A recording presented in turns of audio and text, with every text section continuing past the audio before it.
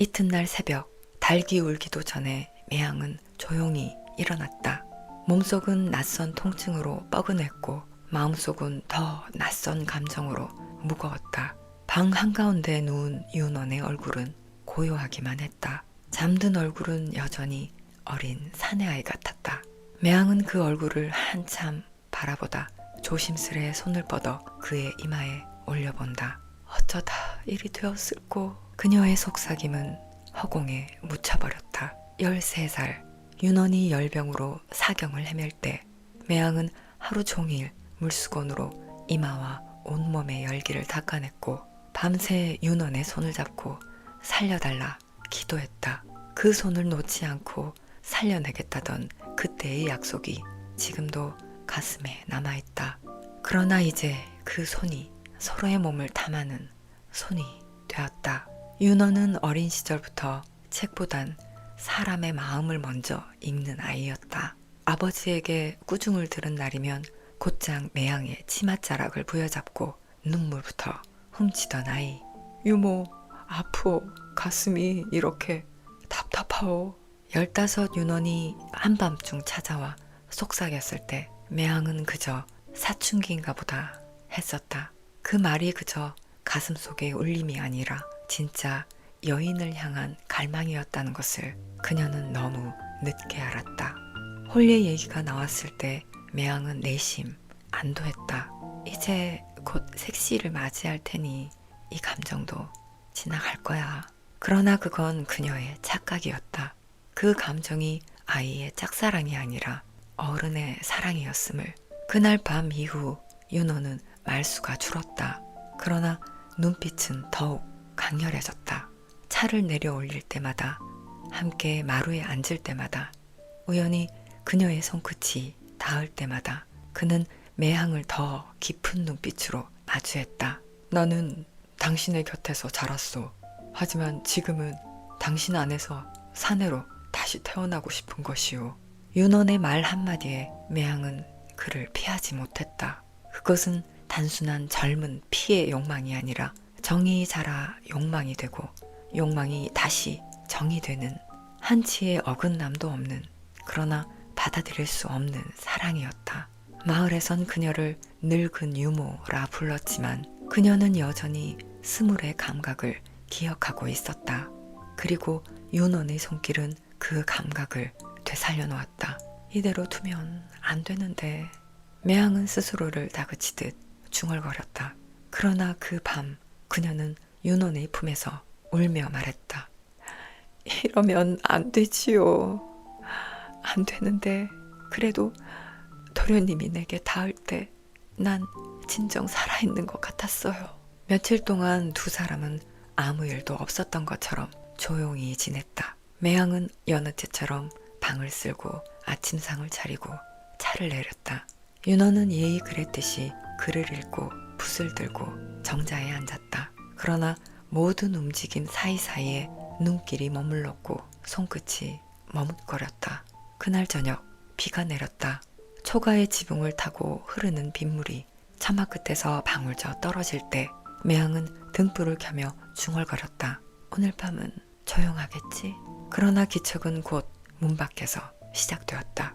유모, 그 목소리, 낮게 깔린, 그러나 더는 아이가 아닌 사내의 목소리. 매향은 문을 열기도 전에 가슴이 먼저 뛰었다. 그리 비를 맞으시면 몸 상하셔요, 도련님. 비를 맞은 건 몸이 아니라 마음이요. 윤원의 눈동자는 젖어 있었다. 그는 젖은 도포를 벗어내고 안으로 들어섰다. 방 안엔 따뜻한 향내가 퍼지고 있었다. 매향은 그를 외면한 채 다시 차를 올리려 했다. 그러나 손목이 붙들렸다. 유모, 도련님, 지난 일은? 네, 잊지 못하겠소. 윤원의 눈빛엔 더 이상 주저함이 없었다. 그 눈동자는 정숙한 듯한 방 안에 불을 지폈다. 매향은 천천히 손을 거두었다. 차 한 잔을 내리지 못한 채 그녀는 그 앞에 조용히 앉았다. 윤호는 무릎을 꿇고 그녀의 앞에 마주 앉았다. 그리고는 매향의 무릎 위에 이마를 조심스럽게 얹었다. 이렇게라도 같이 있고 싶소. 매향의 손이 달래듯 윤원의 등을 쓸어내린다. 그 손끝에서 오래된 정이 다시 녹기 시작한다. 그럼 이번엔 제가 가르쳐드리지요. 매향이 속삭인다. 윤원의 눈동자가 그녀를 향해 찢겨든다. 도련님은 아직 모르는 것이 많지요. 더 알고 싶소. 그럼 제 몸으로 알려드리지요. 매향은 자신의 저고리를 스스로 풀었다. 윤원의 손이 아닌 자신의 손으로 봉우리를 드러내자 윤원의 눈동자가 더욱 떨린다. 도련님, 봉우리는 단지 따뜻함을 주는 것만은 아니옵니다. 그녀가 스스로의 봉우리에 손을 얹으며 말했다. 잘 보시고 그 온기를 어찌 달래야 하는지 직접 느껴보셔요. 윤원의 손이 천천히 올라왔다. 그녀의 손 위에 그의 손이 포개지고 그녀는 손을 거두었다. 그 순간 윤원의 손끝이 떨리며 봉우리 꼭대기 위에 닿자 매향의 입술에서 가느다란 신음이 새어나왔다. 이제 거기가 얼마나 민감한 곳인지 아시겠어요? 윤원은 숨을 삼키며 고개를 끄덕였다. 그는 입을 맞추기 시작했다. 목덜미에서부터 어깨, 봉우리 아래로 천천히 내려가며 매향은 그녀의 긴 다리로 그의 허리를 감았다. 매향의 봉우리에 윤원의 입술이 닿자 그녀의 몸은 소리 없이 떨려왔다. 이제는 두렵지 않았다. 그의 입술이 한 땀 한 땀 내려올수록 억눌러 온 감정이 서서히 풀려나갔다. 그녀의 봉우리는 윤원의 혀끝을 따라 부드럽게 젖어갔고 윤원의 손이 매향의 치마 아래로 조심스레 들어간다. 속옷을 밀어 올리듯 살며시 당기자 그녀의 허벅지 안쪽이 드러난다. 매향은 눈을 감는다. 그 부끄러움 속에서 그녀는 속삭였다. 그곳은 여인의 마음이 깃든 곳이옵니다. 다루실 땐 손보다 먼저 정이 앞서야 하옵니다.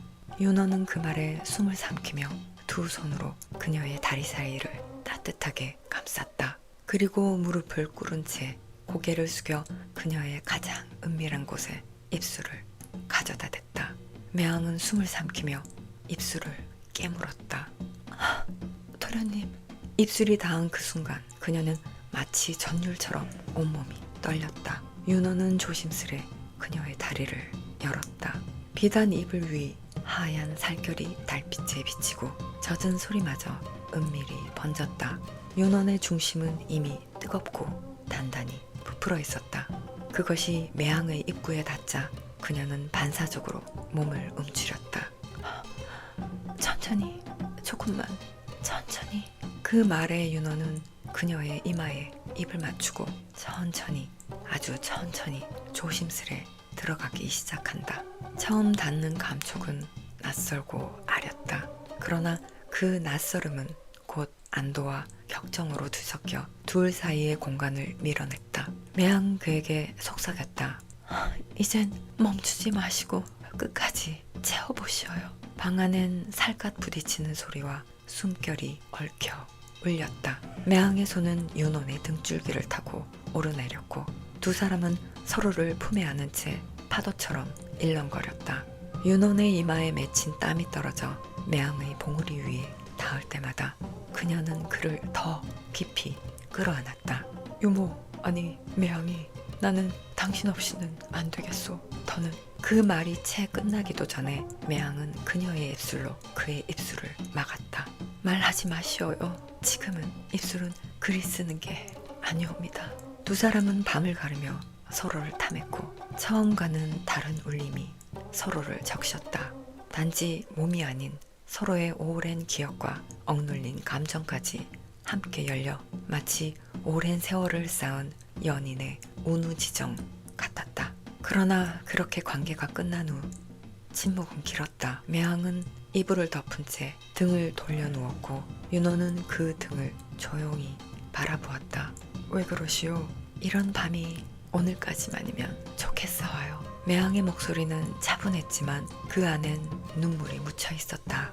이제 두 사람은 서로를 알아버린 후 서로를 떠나야 할 이유를 마주하게 된다. 그날 이후 윤호는 다시 매향의 방을 찾지 않았다. 매향의 일상도 예전과 다를 바 없었다. 차를 내고 밥상을 차리고 바느질을 했다. 그러나 눈을 마주치진 않았다. 마주쳐도 오래 머물지 않았다. 며칠이 흐른 어느 날 윤원이 부친에게 불려가 정혼 얘기를 들었다. 안동 김씨 집안의 영예다. 너와는 나이 차이도 그리 크지 않고 예의 범절도 잘 갖춘 아가씨란다. 윤원은 고개를 끄덕였지만 마음은 무겁고 복잡했다. 그날 밤 그는 한참을 고민하다 매양의 방을 찾았다. 문을 열자 등불 아래 바느질을 하던 매양이 조용히 그를 바라보았다. 표정엔 놀람도 기쁨도 없었다. 그저 다 알고 있다는 듯한 평온한 눈빛. 도련님, 정혼 소식 들었사옵니다. 윤원은 아무 말도 하지 못했다. 그저 조용히 앉아 그녀를 바라보았다. 좋은 인연 만나셔야죠. 저는 이 유모는 어미 같은 마음으로 그걸 빌 뿐이옵니다. 그 말에 윤호는 고개를 떨구었다. 그날 밤, 아니 2번의 밤, 그게 전부였던 것이오. 매양은 한참을 바라보다가 입을 열었다.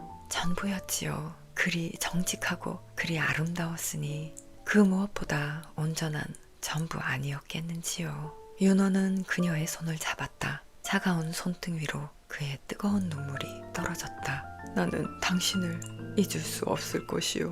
매양은 그의 손을 덮으며 부드럽게 속삭였다. 그럼 잊지 마시어요. 잊지 말고 오래도록 기억해 주시어요. 하지만 꺼내지 마시고요. 그건 가슴 깊이 묻어두어야 할 사랑이니까요. 다음날 매양은 집을 떠났다. 짐도 많지 않았다. 잠시 친정 다녀오겠다는 말 한마디만 남긴 채 그녀는 대문을 넘었다. 그리고 다시는 돌아오지 않았다. 한참 세월이 흐른 뒤 어느 날 윤호는 홀로 정자에 앉아 작은 상자를 열었다. 그 안엔 접어둔 손수건 한 장과 매양이 마지막으로 써준 차례상 차림 종이가 담겨 있었다. 손끝으로 그 종이를 쓰다듬었다. 그리고는 조용히 중얼거렸다. 매양, 정말 잊지 않았소.